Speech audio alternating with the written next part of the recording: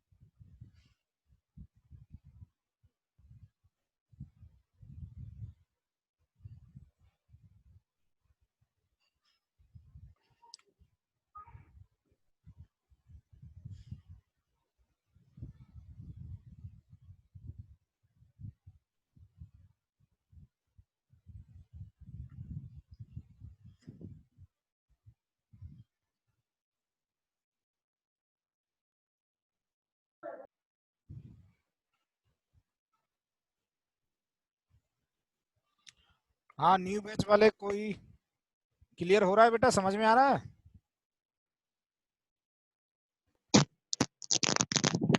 Hello. Yes sir, हाँ थोड़ा थोड़ा आ रहा है। थोड़ा थोड़ा आ रहा है ना? बाकी तो हो जाएगा।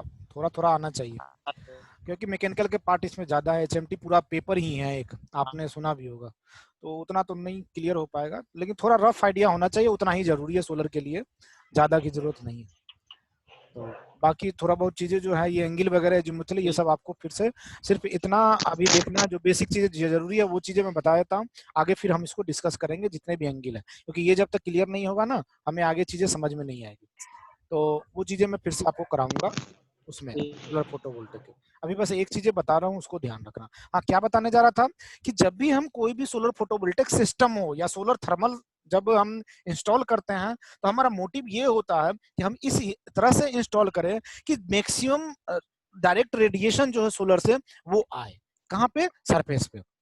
वो कैसे आएगा? जब हमारा फ्लैट सरफेस जो है should be perpendicular to the irradiation. जो इरेडिएशन आ रहा है उस पर क्या होना चाहिए? सरफेस परपेंडिकुलर होना चाहिए। तो परपेंडिकुलर होने के लिए हम लोग क्या करते हैं कि लेटीट्यूड एंगल निकालते हैं। लेटीट्यूड एंगल क्या होता है कि जैसे अर्थ पे कोई इंडिया है, ठीक है, इंडिया में गाजियाबाद है, तो गाजियाबाद ये जो अर्थ, अरे मैडम जरा वो देना, अर्थ, वो अर्थ का जो ग्लोब है,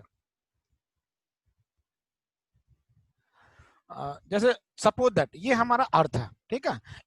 अब इसमें क्या होगा, इंडिया एक पर्टिकुलर, सपोज दैट ये इंडिया है, यहाँ पे इंडिया है, ठीक है, और इस इंडिया में कोई पर्टिकुलर लोकेशन होगा दिल्ली और गाजियाबाद, ठीक है। तो ये जो सेंटर के साथ एंगल बनाएगा that is known as latitude angle. यही मैंने इन लोगों को समझा रखा है, ठीक है, ये लैटिट्यूड एंगल बनाएगा। अब रही बात कि सन अगर इधर से आ रहा है, ठीक है, हम लोग क्या है, नॉर्थन हेमिस्फीयर में रह रहे हैं। नॉर्थन हेमिस्फीयर करने का मतलब क्या कि जैसे ये अर्थ है, इसका नॉर्थ पोल है, साउथ पोल है, तो इसको इक्वेटर से अगर डिवाइड कर दीजिए तो इधर वाला पार्ट कहलाएगा नॉर्थन और नीचे वाला पार्ट कहलाएगा, वो कहलाएगा साउथन। साउथ के तरफ वाला जो हाफ सेमी स्फीयर हो गया, ठीक है, वो कहलाएगा साउथन हेमिस्फीयर, और हाफ जो सेमी स्फीयर हो गया वो क्या कहलाएगा आपका? Northern hemisphere. तो हम लोग जनरली, हम लोग जो का जो ज्यादातर एरिया है वो नॉर्थन हेमिस्फीयर में है, कुछ साउथ में भी है। तो हम लोग जो अभी रह रहे हैं गाजियाबाद दिल्ली में, वो नॉर्थन हेमिस्फीयर में रह रहे हैं। तो जो ये जो लेटीट्यूड एंगल है, ये पहले सबसे पहले हम लोग निकालेंगे। कैसे निकालेंगे? By the help of by the help by the help of Google में आप जाएंगे और उस लोकेशन का आप लिखेंगे कि what is the latitude angle of the Ghaziabad, what is the latitude angle of Delhi, what is the latitude angle Chandigarh, आप डालेंगे, वो आपको बता देगा। वो कहाँ से? नेसा जो आपका है उससे है, सो जीपीएस वगैरह में गूगल वगैरह वो डाल रखा है, गूगल का सारा डेटा उस पर रखा हुआ है। तो आप जैसे ही लेंगे तो गाजियाबाद का आ जाएगा 28.75 समथिंग, तो हम लोग 29 या 30 ले लेते हैं, ठीक है, 30 डिग्री कंसिडर करते हैं। तो हम क्या करेंगे, जो हमारा फ्लैट प्लेट कलेक्टर होगा, जो हीट को एब्जॉर्ब कर रहा है सोलर थर्मल को, ठीक है, उसको क्या करेंगे, उस एंगल पे साउथ फेसिंग रखेंगे। अब बोले कि साउथ फेसिंग क्यों रखेंगे? क्योंकि हम लोग कहाँ हैं? नॉर्थन हेमिस्फीयर में है, ठीक है। नॉर्थन हेमिस्फीयर में है तो सन जब आएगा, सन जब रोटेशन करेगा, वो क्या करेगा, इस तरह से ऐसे रोटेट करेगा, ऐसे। हम क्या है, यहाँ नॉर्थन हेमिस्फीयर में है। तो अगर हमारा फ्लैट जो हमारा ये प्लेट है, वो लेटीट्यूड एंगल पे, एक मिनट, ये मैं थोड़ा सा ये लाइनिंग लेता हूं तब आपको क्लियर होगा। ये सपोज दैट ये हमारा पैनल है, हमारा इंडिया जो है यहाँ पे, तो हम क्या करेंगे, इस तरह से रखेंगे, ऐसे कितना एंगल पे, ये हॉरिजॉन्टल से बनाएगा लेटीट्यूड 30 डिग्री बनाएगा। अब देखिए सन क्या निकलेगा, यहाँ से निकलेगा, यहाँ से ऐसे जाएगा। अगर ये ऐसे रहेगा तो क्या होगा, मैक्सिमम टाइम तक इस पे डायरेक्ट रेडिएशन पड़ेगा, perpendicular on the radiation. Irradiation जो आ रहा है सन से उस पर परपेंडिकुलर होगा। ये किधर है, साउथ फेसिंग है, साउथ इधर की ओर है, ठीक है। तो ये साउथ फेसिंग है जब नॉर्थन में है। अगर ये नॉर्थन में होता तो क्या होता, सॉरी साउथ में होता तो नॉर्थ फेसिंग। ये देखिए इधर से ऐसे एंगल बनाते हैं तो सन से हमारा ऐसे रेडिएशन आता। अभी क्या है, अभी जो रेडिएशन आ रहा है वो ऐसे आ रहा है, ये देखिए परपेंडिकुलर कंटिन्यूअसली यहाँ होगा तो ऐसे आएगा। मैक्सिमम टाइम तक आपको परपेंडिकुलर पड़ता रहेगा इस सरफेस पे। इसीलिए क्या करते हैं हम लोग, ऑलवेज जो रखते हैं वो साउथ फेसिंग रखते हैं, हम लोग नॉर्थ हेमिस्फीयर में हैं। और कितना एंगल पे, एट द लेटीट्यूड एंगल पे, ठीक है। जितना लेटीट्यूड एंगल होगा उतने एंगल पे हम ओरिजिनल से इंक्लिनेशन कर देंगे, और सन जब रोटेट करेगा तो मैक्सिमम टाइम तक जो सन पीक आवर होता है वहां तक इसमें परपेंडिकुलरली ये सनलाइट इसका इरेडिएशन पड़ता रहेगा। तो उससे हम उसको यूटिलाइज कर सकते हैं। अगर आपका सेंसर बेस है, सेंसर बेस बनाना है, तो सेंसर बेस बनाने के लिए आपको क्या करना पड़ेगा, ट्रैकर लगाना पड़ेगा जो सन को ट्रैक करेगा। सन को ट्रैक करके क्या करेगा, इस फ्लैट सरफेस को ऑलवेज क्या होगा, जो इरेडिएशन इससे आ रहा होगा उसके परपेंडिकुलर रखेगा। सपोज दैट ये हमारा सन है और इसको क्या किया हमने, हमारा सन जो है इस तरह से ये सनलाइट ऐसे आ रहा है, तो हमारा फ्लैट प्लेट अपने आप सेंसर के थ्रू ये ऐसे परपेंडिकुलर हो जाएगा।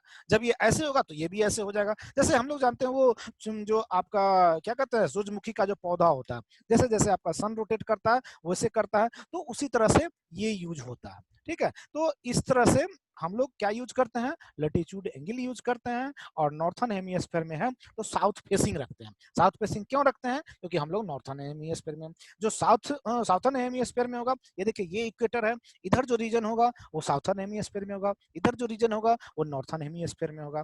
तो साउथर्न हेमिस्फीयर में जो होगा वो नॉर्थ फेसिंग रखेगा, जो नॉर्थन हेमिस्फीयर में होगा वो साउथ फेसिंग रखेगा। एंगल ऑफ लेटीट्यूड दोनों के लिए same he angle of latitude he use करेंगे, दूसरा एंगल नहीं यूज करेंगे। तभी आपका क्या होगा, वो सरफेस जो होगा फ्लैट होगा। हमारे यहाँ क्या होता है, ज्यादातर जो चीजें होती है वो कांस्टेंट होता है, ट्रैकिंग सिस्टम नहीं होता है। ट्रैकिंग सिस्टम थोड़ी कॉस्टली होती है, इसलिए ऐसे लोग ट्रैकिंग सिस्टम नहीं बनाते हैं। एंड ह्यूज कैपेसिटी अपने यहाँ लग रहा है, तो क्या करते हैं साउथ फेसिंग करके लेटीट्यूड एंगल पे छोड़ देते हैं। तो 4 से 5 घंटे हमें सन पीक आवर मिलता है। सन पीक आवर कहने का मतलब क्या है कि मैक्सिमम उस 4 से 5 घंटे में मैक्सिमम टाइम आपको सन से जो इरेडिएशन आ रहा है डायरेक्टली सरफेस पे पड़ेगा, और मैक्सिमम कन्वर्जन वो देगा। जो डायरेक्ट अगर फोटोवोल्टिक सिस्टम कर रहे हैं यूज तो डायरेक्ट आपका इलेक्ट्रिक करंट में कन्वर्ट हो जाएगा। अगर आप सोलर थर्मल यूज कर रहे हैं तो डायरेक्ट जो इरेडिएशन आ रहा है वो ज्यादा से ज्यादा आपके सरफेस पे पड़ेगा, उसको आप थर्मल एनर्जी में कन्वर्ट कर सकते हैं, ठीक है। तो इसीलिए हम लोग क्या करते हैं, नॉर्थन हेमिस्फीयर वाले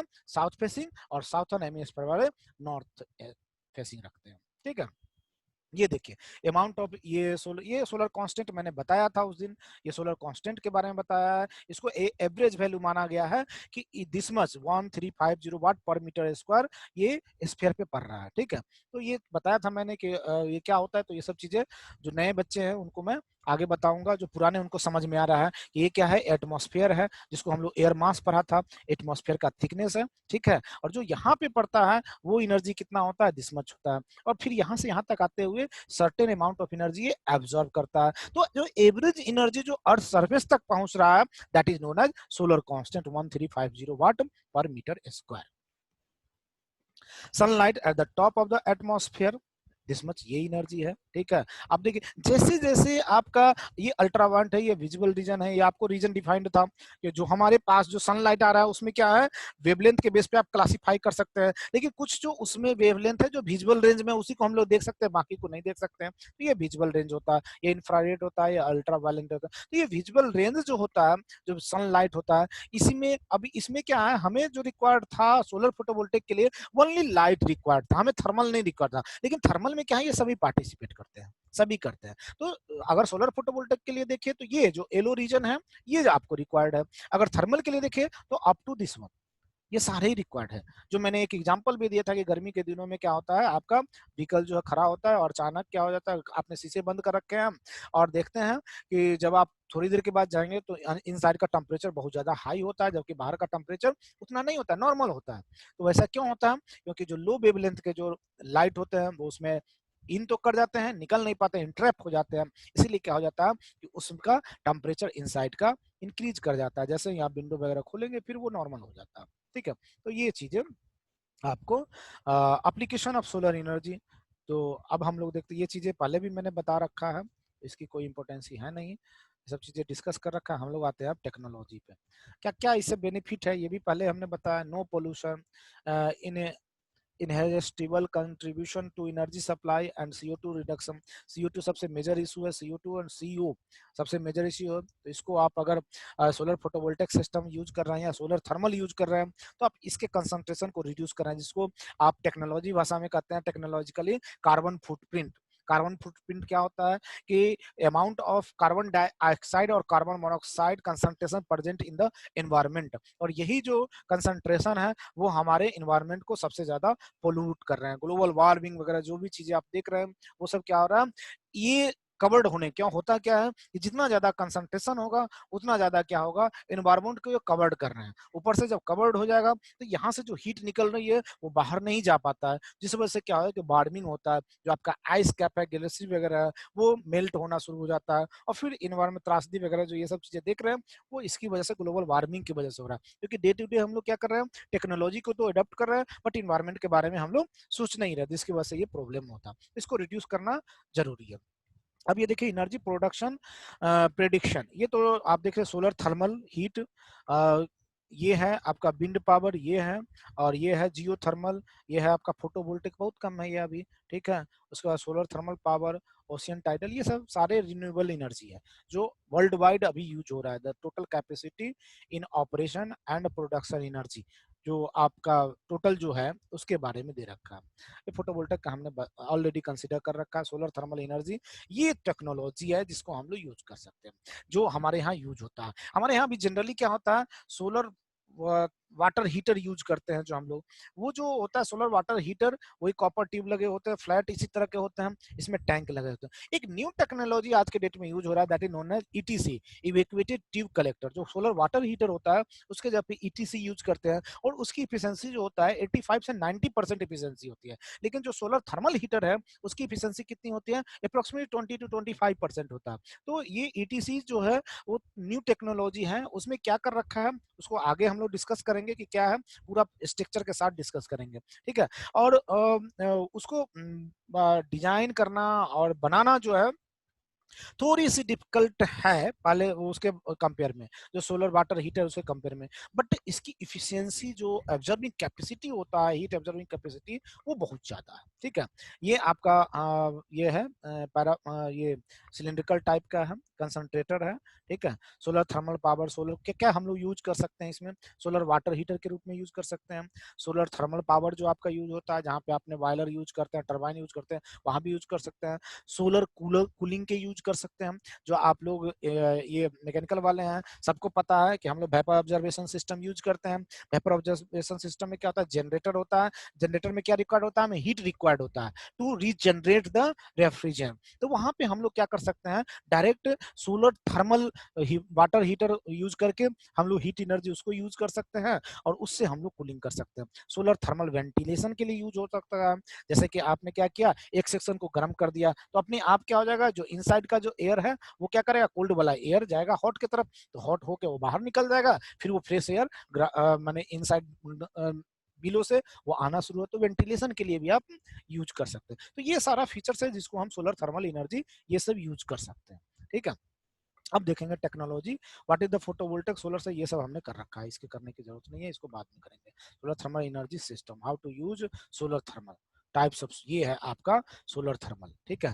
देखिए solar radiation, working fluid, solar collector. Working fluid जो हमारा सोलर वाटर हीटर होता है जो हमारे हॉस्टल पे लगा हुआ है, क्या है उसमें वाटर ही होता है, ठीक है। वाटर होता है, बस वाटर को क्या करते हैं हम लोग पाइप के थ्रू सर्कुलेट करते हैं, और जो जो हीट एनर्जी आ रहा है हमारा सन से, सोलर रेडिएशन जो आ रहा है, इसी में ट्यूब लगे होते हैं, ऐसे ऐसे हॉरिजॉन्टल ट्यूब लगे होते हैं, और उस पे फॉलिंग आउट होता है, वो एब्जॉर्ब करता है और वाटर को हीट करता है। हॉट वाटर क्या होता है, जाके जो स्टोरिक टैंक होता है उसमें जाके स्टोर होते रहता है टॉप पार्ट में। ऑब्वियस सी बात है जब वो गर्म होगा, बॉयलर में भी यही होता है, जो हॉट वाटर होता है वो ऊपर की ओर स्टोर होता है, जो कोल्ड होता है नीचे होता है। तो नीचे वाला क्या होगा, इनसाइड ट्यूब में आ जाएगा, और फिर गर्म होकर ऊपर, ये रिसर्कुलेटिंग प्रोसेस अपने आप, जो थर्मोसाइफन प्रोसेस बोलते हैं उसके थ्रू होते रहता है। जो हॉट और कोल्ड रीजन में जो मूवमेंट होता है वो होना शुरू होता है। तो इस तरह से ये कंटिन्यूसली ये होता है, और आपको वाटर गर्म करता है। ठंडी के दिनों में हम लोग बाथिंग वगैरह या फिर आप देखेंगे जो स्विमिंग पूल वगैरह है वहां पे भी इसको इस टेक्नोलॉजी को हम लोग यूज करते हैं। ठीक है, क्या क्या हो जाए collector and the working temperature. अब जरा सा देखिए, फ्लैट प्लेट कलेक्टर है, इसकी टेम्परेचर कहाँ से कहाँ तक जाए, 30 से 80 डिग्री सेंटीग्रेड जा सकती है अगर गुड तरीके से बना रखा फ्लैट प्लेट कलेक्टर जो आपके हॉस्टल पे बना हुआ है। ठीक है, 30 से 80 डिग्री सेंटीग्रेड तक आप टेम्परेचर बढ़ा सकते हैं। इवेक्यूएटेड ट्यूब कलेक्टर जो है उसका 50 से 200 डिग्री सेंटीग्रेड तक इसका आप टेम्परेचर बढ़ा, जो ईटीसी की मैं बात कर रहा था, इवेक्यूएटेड ट्यूब। ठीक है, ये अभी बहुत अच्छा चल रहा है और चीप एंड कॉस्ट मैंने कॉस्टली भी बहुत ज्यादा है नहीं। ये थोड़ी सी इसकी टेक्नोलॉजिकल प्रॉब्लम है, जो चीजें मैं आपसे डिस्कस करूंगा। उसमें क्या करना पड़ता है, ट्यूब को इवेक्यूएट किया जाता है, नाम ही है इवेक्यूएटेड ट्यूब कलेक्टर। उसमें 2 ट्यूब लगे हैं, एक ट्यूब अंदर दूसरा ट्यूब बाहर है, और वो जो 2 ट्यूब के बीच का जो स्पेस है उसको इवेक्यूएट किया जाता है। स्पेस बनाया खाली रहता है, वैक्यूम है उसमें, उसमें कुछ भी नहीं होता, एयर मोलिकुल्स भी नहीं होता, जिससे क्या होता है सनलाइट जो है डायरेक्टली आता है। अब जैसे कि मैं एयर मास की बात कर रहे थे, अगर एयर मास का मैग्नीट्यूड 0 हो जाए तो क्या हो जाएगा, उसकी ऑब्जर्विंग कैपेसिटी मैक्सिमम होगी। अब क्या है, आपका फ्लैट प्लेट कलेक्टर जो है उसके ऊपर में क्या है, डस्ट पार्टिकल वगैरह है, आपका इन्वायरमेंट का एटमॉस्फेरिक एयर है। लेकिन वो क्या कर रहा है, वो जो ट्यूब जो है उसमें से पूरे एयर को ही निकाल रखा है। मतलब हम लोग पहले से जानते हैं कि air is a best insulator in the world. अगर आप हम लोग क्या करते हैं, रजाई यूज करते हैं, उलन कपड़े यूज करते हैं, उसमें क्या होता है, एयर ही तो इंट्रैप होता है जो हमें हॉट फील कराता है, अंदर के हीट को बाहर नहीं जाने देता, बाहर के हीट कोल्ड को अंदर नहीं आने देता है।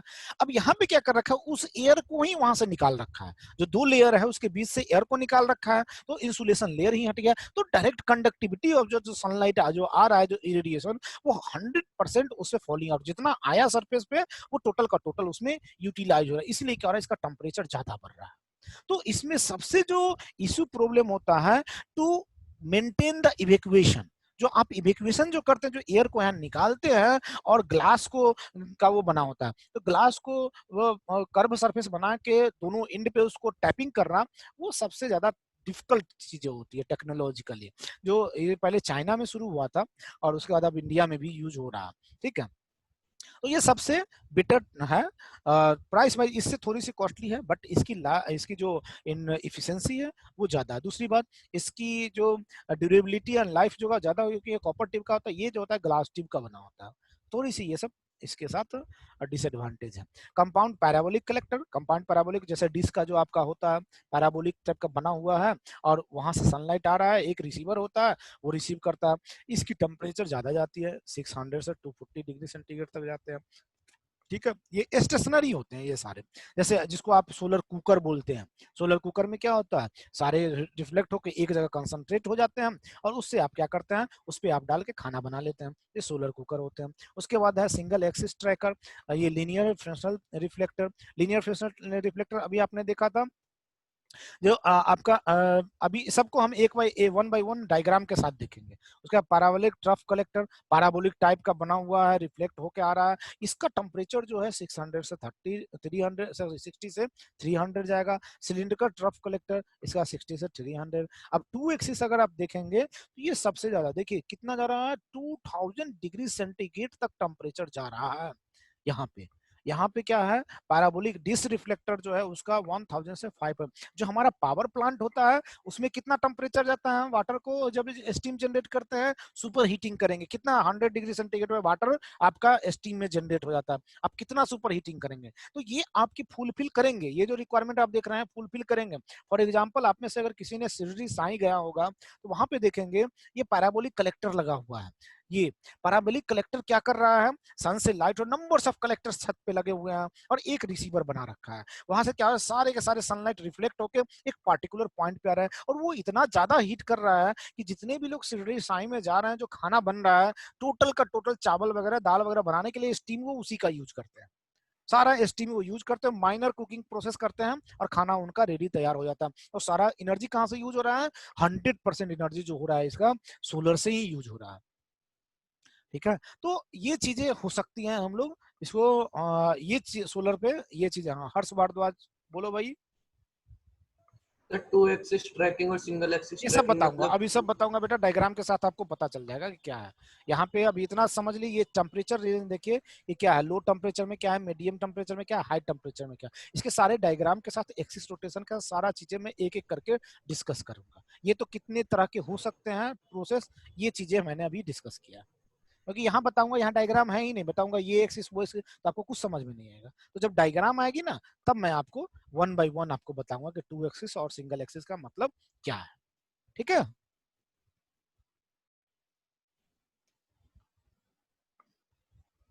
अब ये देखिए, ये है आपका फ्लैट प्लेट कलेक्टर। इसी तरह से फ्लैट होता है, इसमें ये ट्यूब, कॉपर का ट्यूब मैंने पहले बताया था लगा होता है, ये उस पर ग्लेजिंग कर दिया जाता है, ग्लेजिंग ग्लास का ये कवर लगा होता है। इस तरह से देखिए, सबसे पहले क्या होगा, ये देखिए गैसकेट होता है, ये केट लगा होता है, उसमें ये ग्लेजिंग होता है, ये वाला ये ग्लेजिंग है, ये देखिए ग्लेजिंग।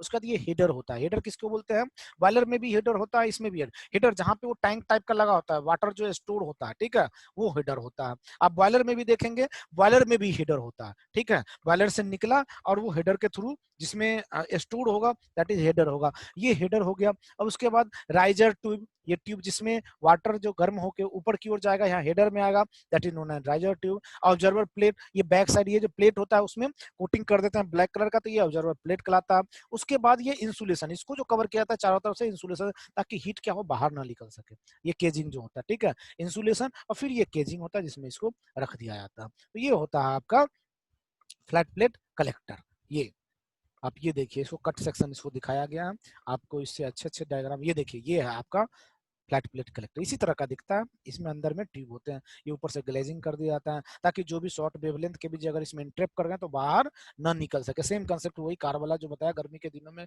रखते हैं। ये देखिए, ये इनलेट सेक्शन होता है, और यहाँ से यहाँ पे अगर सभी को कनेक्ट कर रखा है तो सीरीज में कनेक्ट कर रखा होगा, और यहाँ से आउटलेट सेक्शन बना देंगे। तो ऑब्वियस सी बात है, यहाँ से कोल्ड वाटर इंटर करेगा, और इसमें ये पाइप में ऐसे जाएगा, ऐसे जाएगा, ऐसे जिग जाएगा, इस तरह से करता हुआ ये हीटअप होता रहेगा, होता रहेगा। जब सबसे ज्यादा हीट हो जाएगा तो यहाँ निकल जाएगा, यहाँ पे ये हेडर जो टैंक लगे होंगे उसमें टैंक में आके ये स्टोर हो जाएगा। ये जो एंगल होगा वो कितना होगा, सेम जैसे फोटोवोल्टेइक टेक में यूज करते हैं लेटीट्यूड एंगल, वो लेटीट्यूड एंगल ही यहाँ पे उतना इंक्लिनेशन पे रखेंगे, उस लोकेशन का देखेंगे कि लेटीट्यूड एंगल कितना है, उस एंगल पे हम इसको इंक्लाइन कर देंगे। तो ये है आपका सोलर वाटर हीटर जो हम लोग यूज, ये भी आपका एक तरह का हीटर ही है। तो ये क्या क्या अपने जो रूफ है उसके अनुसार इन्होंने डिजाइन कर दिया इस तरह से। ये ब्लैक कोटिंग भी है, इसमें ग्लेजिंग नहीं है, इस तरह से ये वाटर इसमें देखिए, ये हमारे यहाँ यूज नहीं होता, ये कहाँ यूज होगा, जो कोल्ड कंट्री है। कोल्ड कंट्री में क्या होता है, टेम्परेचर बहुत कम होता है, जब सनलाइट आता है तो वो क्या करते हैं, अपने रूम को हीट करने के लिए इसको यूज करते हैं,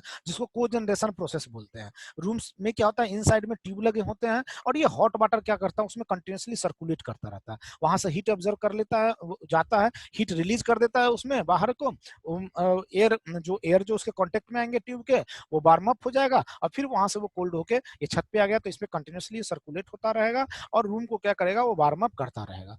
ठीक है, तो उसके लिए ये यूज करते हैं, ये इस तरह का टेक्नोलॉजी जो आपके छत पे स्पेस है तो इस तरह से बना रखा है एज पर द। लेकिन आपके छत पे जो लगे होंगे जो हॉस्टल में, वो इस तरह के लगे हैं। अगर आपने देखा होगा कभी, मैकेनिकल वाले तो क्लासरूम से देखते ही हैं, उनको दिखाई देता होगा। जो इलेक्ट्रिकल वाले हैं, अगर आपने देखा होगा तो ठीक है, नहीं तो आप एक बार जाके देखना। हॉस्टल जो फर्स्ट ईयर के जो हॉस्टल है इधर, जिसमें आपका मैकेनिकल पैरेलल में इसी तरह का लगा हुआ, वो सोलर फ्लैट प्लेट कलेक्टर है। ये देखिए, ये ट्यूब होते हैं फ्लैट प्लेट कलेक्टर के, इस तरह के कलेक्टर ऑब्जर्वर इस तरह से, ठीक है, और collector with the transparent heat insulation, ये इंसुलेटर लगा रखा, ठीक है, ये आपका ग्लेजिंग के साथ है, ये ट्यूब है और ये ग्लेजिंग है ऊपर से, ठीक है। वैक्यूम प्लेट कलेक्टर इन साइड में नीचे रख दिया है, वैक्यूम यहाँ पे वैक्यूम जनरेट करके डाला, ठीक है। टेक्नोलॉजी जैसे जैसे इनोवेट होता गया, वैक्यूम प्लेट कलेक्टर ऊपर से डाल दिया। उसके बाद collector with the limited convection, यहाँ पे कन्वेक्शन रिड्यूस करने के लिए कुछ मटेरियल डाल दिया। अब एयर कलेक्टर, ठीक है, अब इसमें क्या है, ये देखिए, ये एयर ट्रैप बना रखा है, तो उस हिसाब से ये डिजाइन करते हैं। अब ये है कि flat plate collector main losses of the basic flat plate collector, क्या क्या लॉसेज हो सकते हैं। रिफ्लेक्शन 8% हो जाता है, ठीक है। ग्लास जो यूज करते हैं ग्लेजिंग के लिए 2% वो ऑब्जर्व कर लेता है, ठीक है। उसके बाद ये जो है, फिर जब ये जहाँ पे वो ग्लेजिंग के बाद कहाँ जाता है, सरफेस पे जाता है, तो सरफेस 8% रिफ्लेक्ट कर रहा है, बट ये बाहर नहीं निकल पाता, इसी में इंट्रैप होता है। रेडिएशन, जो ये सरफेस है इसका भी टेम्परेचर बढ़ता है, तो ये भी रेडिएट करता है एनर्जी, ठीक है। उसके बाद कन्वेक्शन के थ्रू जो एयर है वगैरह इसमें अवेलेबल है, वो जो लॉस होता है, बाकी चीजें ये ऑब्जर्व होती है कलेक्टर में। उसके बाद 3% मिनिमम बहुत कम है, 60% ये ऑब्जर्व करता है, बाकी सारा क्या होता है 3% ये आपका आउट में ट्रांसमिट हो जाता है। ये कहाँ से डेटा लिया गया ये आपको दे रखा है। ये है आपका सोलर ये evacuated tube collector. Solar flat collector नहीं है ये, इवैक्यूएटेड। ये देखिए ये ट्यूब है, ये डबल लेयर ग्लास का होता है, ये देख रहे हैं आप, एक अपर लेयर होता है, लोअर लेयर, सिलेक्टिव कोटिंग होता है इस पे ब्लैक, ये इनसाइड में एक ट्यूब होता है उसमें ब्लैक कोटिंग कर दिया जाता है, सिल्वर नाइट्रेट इस तरह का कुछ होता है बट जिसकी हाई ऑब्जर्विंग कैपेसिटी होती है। ये आउटर ट्यूब होता है और दूसरा इनर ट्यूब। आउटर ट्यूब ये ऊपर में है, ट्यूब नीचे में, और इसके बीच में जो आप देख रहे हैं वो वैक्यूम है, उसमें कुछ नहीं है, नथिंग है, वैक्यूम क्रिएट कर रखा है। सबसे प्रॉब्लम क्या होता है हमारी टेक्नोलॉजी, इसको ये जो आप देख रहे हैं जो सील पैक कर रखा है, ये दिक्कत होता है कि वैक्यूम क्रिएट करके एट द सेम टाइम पे इसको पैक कर देना, ये प्रॉपरली वैक्यूम हो नहीं पाता है, जिसके वजह से हमारे यहाँ थोड़ी सी दिक्कत हो रही थी अभी तक। अब है सो टेक्नोलॉजी ये हो गया, इसको करना जरा ज्यादा दिक्कत था, चाइना वाले ने ये बनाया था। तो इनकी जो ट्यूब होती है यहाँ पे देख रहे हैं, ये पूरे में ट्यूब लगी होती है, बीच में कोटिंग होती है ट्यूब, ये कोटेड जो ऑब्जर्वर होता है। अब इसमें क्या होगा, जो सनलाइट इसमें फॉलिंग आउट होगा जो इस पे आएगा, देखिए आपका दिखा रखा है outer cage of the tank, ये टैंक है, टैंक को भी इंसुलेट कर रखा होता है, इंसुलेशन है, ये टैंक है आपका ताकि यहाँ से हीट ना निकले, ठीक है। ये आपका वो है सेफ्टी वाल्व टाइप का है, ठीक है। प्रेशराइज इनर टैंक है, उसके बाद हॉट वाटर आउटलेट, यहाँ से इधर से आपका ट्यूब रिंग है, ये सब जिसमें ट्यूब लगे होते हैं, heat pipe and aluminium circle, ये जो आप देख रहे हैं, ठीक है। उसके बाद वैक्यूम ट्यूब, ऊपर से वैक्यूम ट्यूब लगा रखा है। उसके बाद लेग पैड, ये तो पैड बेस के लिए दे रखा है, इसमें कुछ वो है नहीं ताकि ये उतना एंगल पे रखे। इंड ब्रैकेट, ये ब्रैकेट है, इस तरह से ट्यूब को कनेक्ट कर देते हैं ऐसे। अब क्या होगा, जो कोल्ड वाटर होगा ऐसे डाउन आएगा, ठीक है। जो हॉट वाटर बाहर में होगा, ऑब्वियस सी बात है, हॉट वाटर इधर से ऊपर की ओर जाएगा, ऊपर ऊपर गया। अब इसमें क्या होगा, इस टैंक में अपर पार्ट में हॉट वाटर कलेक्ट होगा और लोअर पार्ट में क्या होगा, कोल्ड वाटर। तो देखिए ये लोअर पार्ट में लगा रखा है, यहाँ से कोल्ड वाटर नीचे आ जाएगा, हॉट वाटर ऊपर स्टोर, ये कंटिन्यूस फिनोमेना चलता रहेगा, हीटिंग का प्रोसेस चलता रहेगा और ये कंटिन्यूसली आपका वह गर्म करता रहेगा। और इसकी इफिशियंसी मैंने बताया जैसा कि आपको 85 से 90% होता है इफिशियंसी, क्यों, ड्यू टू इवेक्यूएशन, ये जो इवेक्यूएट करके जो दो ट्यूब लगा रहा है इसकी वजह से। लेकिन उसमें क्या होता है, जो फ्लैट प्लेट कलेक्टर होता है उसमें ऐसा ट्यूब नहीं होता है, सिंपल सा कॉपर का ट्यूब लगा दिया, कॉपर का ट्यूब लगा के उसके बेस दे देता है, ले में उसको माने कि कवर्ड कर देते हैं ब्लैक कलर का, उस जाके वो ऑब्जर्व, और ऊपर से ग्लास ग्लेजिंग कर देते हैं ताकि ग्लास से वो कवर्ड हो, ठीक है। लेकिन इसमें क्या है, वो ग्लास कवर्ड नहीं होता, फ्लैट ग्लास नहीं देते हैं, ये क्या करते हैं, ये ट्यूब को ही फ्लैट बना, ये ग्लेजिंग टाइप का बना देते हैं, ये वैक्यूम टाइप का बनाते हैं। वो ग्लेजिंग ग्लास जो लगाते हैं, ऐसा नहीं कि उसके और ट्यूब के बीच में वैक्यूम है, वैक्यूम नहीं होता, उसमें क्या होता है, ऑलरेडी एयर इंट्रैप होता है। तो एयर जब सनलाइट आएगा तो वो क्या करेगा, जो एयर मोलिक्यूल्स है, जो पार्टिकल्स है वो होगा, वो उसको रिफ्लेक्ट करेगा या फिर डिफ्यूज कर देगा, जो डायरेक्ट रेडिएशन है, जो एयर पार्टिकल्स होंगे, या इंसुलेशन प्रोवाइड करेगा, डायरेक्टली वहां पे इंपेक्ट नहीं करने देगा सन के रेडिएशन को, इसीलिए इसकी एफिशिएंसी रिड्यूस हो जाती है। जबकि इसमें क्या है, इसमें वैक्यूम है तो कोई भी एयर पार्टिकल इसको डिस्टर्ब नहीं करेगा, कोई भी डिफ्यूज नहीं कर पाएगा, और डायरेक्ट सनलाइट जब आएगा ऐसे आएगा तो इसमें इंट्रैप करेगा, और ये जो ट्यूब अंदर में ब्लैक कोटिंग का रखा हुआ है वो इजिली उसको एब्जॉर्ब कर लेगा। इसी वजह से इसकी एफिशिएंसी ज्यादा होती है। और इसकी टेम्परेचर भी आपने देखा 50 से 200 डिग्री सेंटीग्रेड है, उसकी टेम्परेचर कितना 30 से 80 डिग्री सेंटीग्रेड, बहुत कम टेम्परेचर है उसकी, इसको आप बहुत ज्यादा बढ़ा सकते हैं टेम्परेचर, ठीक है। तो ये है आपका ETC, that is known as evacuated tube collector, है इसका जो स्ट्रक्चर है। क्योंकि अभी टेक्नोलॉजी यही चल रहा है तो इसको ज्यादा अच्छे तरीके से देखना जरूरी है। ये देखिए ये बीच में होता है कॉपर ट्यूब, उसमें क्या होता है, फ्लैट प्लेट का कॉपर ट्यूब होता है, लेकिन वो क्या होता है, एक प्लेट होता है उसमें वो लेमिनेट कर देते हैं, फिक्स कर देते हैं, और बेस जैसे कि ये कॉपर ट्यूब है तो इधर सीट निकाल दिया, इधर फिन के तरह काम करेगा, वो हीट ऑब्जर्व करेगा, इसको देगा। लेकिन इसमें क्या है, ये कॉपर ट्यूब लगाया, ये कर्व सरफेस, ये आउटर लेयर लगा दिया और ये इनर लेयर लगाया, ये दो लेयर लगा दिया। और इसके बीच में जो ये जो ग्रे कलर का आप देख रहे हैं ये इवैक्यूएटेड है, इसमें कुछ भी नहीं है, खाली 100% इवैक्यूएटेड है, ठीक है।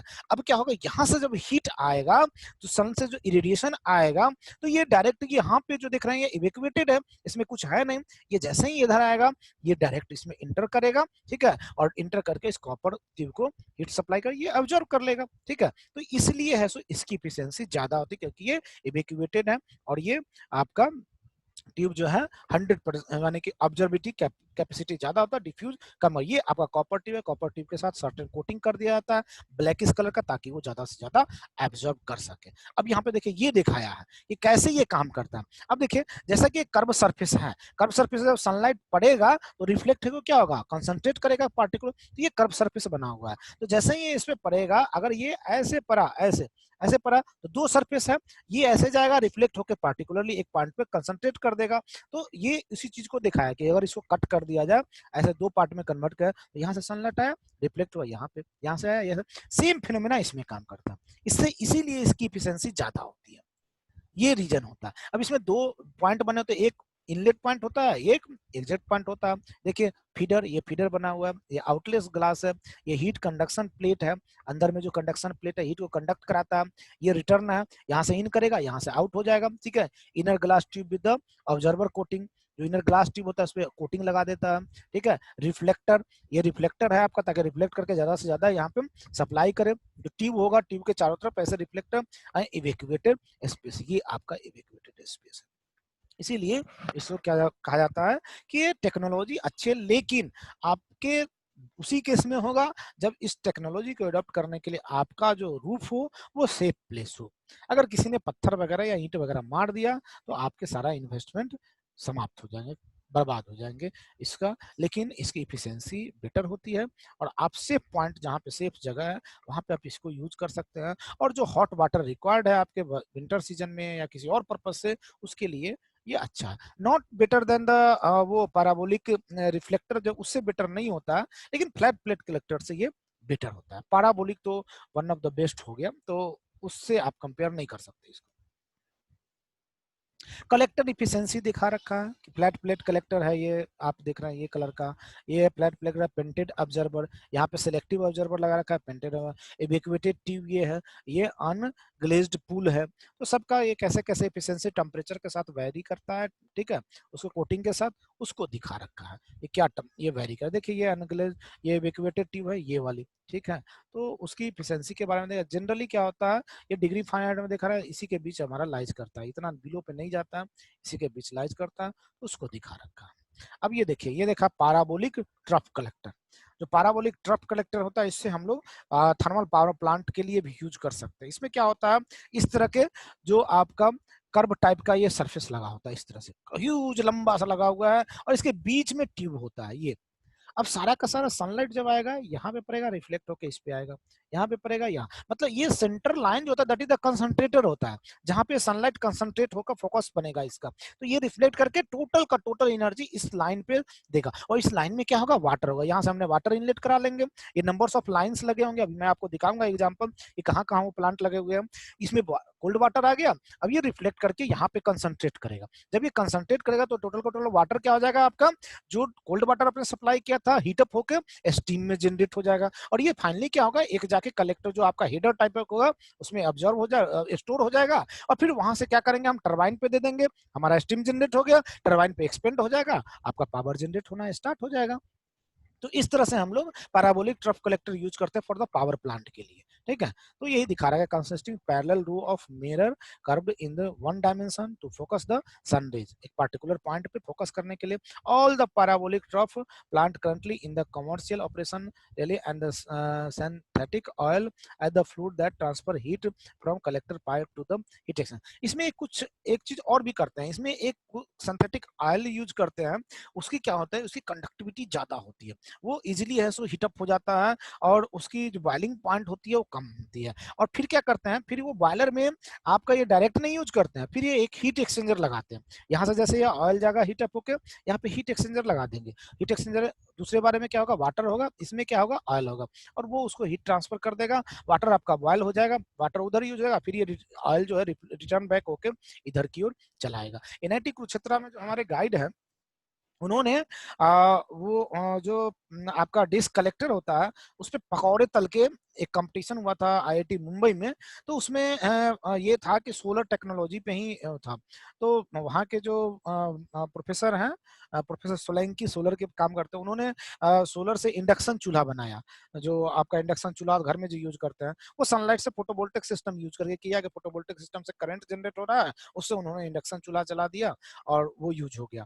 तो और मेरे जो गाइड थे उन्होंने क्या किया कि जो डिस्क कलेक्टर होता है उससे सनलाइट को रिफ्लेक्ट करा के उस पे पैन पे उन्होंने पकौड़े तल के दिखाए। तो हालांकि वहां पे था कि जो हाउस हेल्ड को कैसे यूज करना, इसका कंपटीशन था। तो इन्हें, हमारे गाइड को सेकंड प्राइज मिला और उनको जो सोलंकी थे उनको फर्स्ट प्राइज मिला। क्यों? क्योंकि जो इंडक्शन चूल्हा था फोटोवोल्टेक से, वो कन्वीनियंट था, इजिली यूज करना था, हाउस होल्ड में कोई भी इंसान यूज कर सकता है।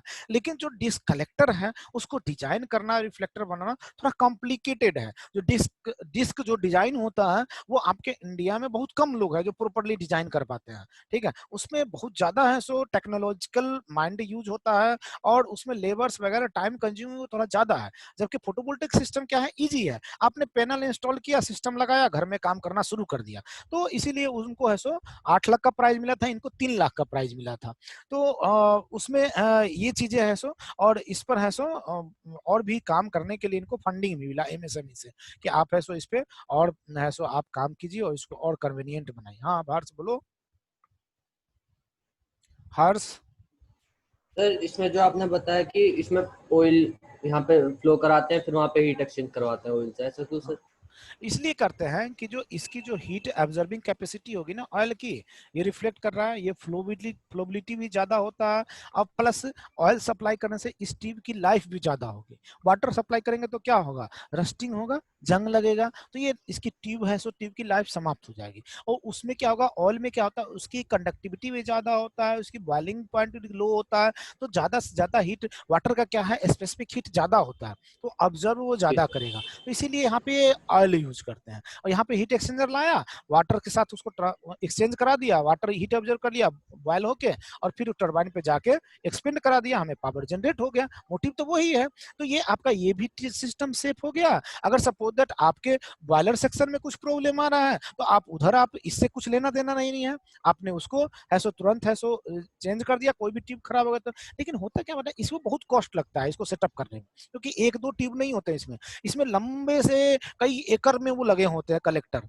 इस तरह के। तो अगर एक भी ट्यूब अगर खराब हो गया ना तो पूरा ये सीरीज में लगा हुआ है पूरा आपको डैमेज हो जाएगा। तो इसीलिए उसको सेफ्टी पॉइंट ऑफ व्यू से इसको लगाते हैं। ऑयल यूज करने का यही रीजन होता है कि रस्टिंग वगैरह नहीं है, लाइफ इसकी ज्यादा। आप यूज करने को वाटर भी यूज कर सकते हैं, अगर आप प्रोजेक्ट करना चाहते हैं कॉलेज में तो आप डायरेक्ट वाटर यूज कर सकते हैं, क्योंकि आपके प्रोजेक्ट के बेस है।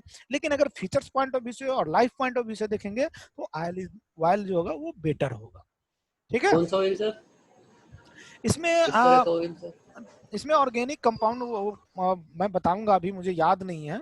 इसमें वो आ, बताया था उन्होंने मुझे, मैं भूल गया जब हम लोग वहां पे थे। तो जो वो पकौड़े वाली बात बता रहा हूँ ना, तो उसमें वो यूज कर रखे थे, कोई ऑयल था उसमें, ऑर्गेनिक कोई ऑयल उन्होंने बताया था। उसकी ये थी जो विस्कोसिटी थी वो कम थी, प्रोबेबिलिटी ज्यादा था, तो उस तरह से उन्होंने बताया था। तो मैं ये देख के बता दूंगा सर्च करके। तो कैस्टर ओके। ऑयल होगा सर शायद। क्या क्या बोले, कैस्टर ऑयल। कैस्टर ऑयल या इस तरह का ही कुछ है जो टी ए। आप ऑयल ही यूज करते हैं इसमें। मेरे को माइंड में अभी नहीं है, उन्होंने बताया था, मैं भूल गया, क्योंकि जब वो कंपटीशन वाली बातें चली थी तो उन्होंने बताया था, पूरा कंसेप्ट उन्होंने बताया था, वीडियो भी दिखाया था मुझे। तो ऑयल अभी इस पे और काम चल रहा है उनके पास, कई यानी कि आए हैं जो बना के देना है, तो वो चीजें चल रही है उस पे काम। तो मतलब बताने का ये मोटिव है कि हम लोग ये जो पावर प्लांट में जो कोल यूज कर रहे हैं उसके जगह पे हम ये सन एनर्जी को, जैसे अभी देखिए अब गर्मी का सीजन है, सबसे ज्यादा कंजम्पशन हमारा इलेक्ट्रिक का कब होता है, समर सीजन में। समर सीजन में ही हम लोग फैन एसी एक्सेट्रा ज्यादा कंजम्पशन करते हैं, और समर सीजन में ही क्या होता है, हमें सनलाइट और की इंटेंसिटी सबसे ज्यादा इरेडिएशन मिलती है। क्या बोल रहे हो मुकेश, क्या बोल रहे हो बेटा, मुकेश कुशवाहा क्या बोल रहे हो बेटा, मुकेश कुछ बोल रहे हो। चलिए, तो हम समर सीजन में अगर हम इस तरह के कलेक्टर लगाते हैं आपके यहाँ कुछ लगे हुए हैं, अभी काम चल रहे हैं, तो अगर इस तरह के कलेक्टर लगाते हैं तो हमारा डिमांड बढ़ेगा, तो उस समय क्या होगा, जनरेशन ऑफ द करंट भी ज्यादा होगा, इलेक्ट्रिक करंट हम ज्यादा जनरेट करेंगे, और जो कोल का जो कंज्यूमशन है वो कोल का कंज्यूमशन रेट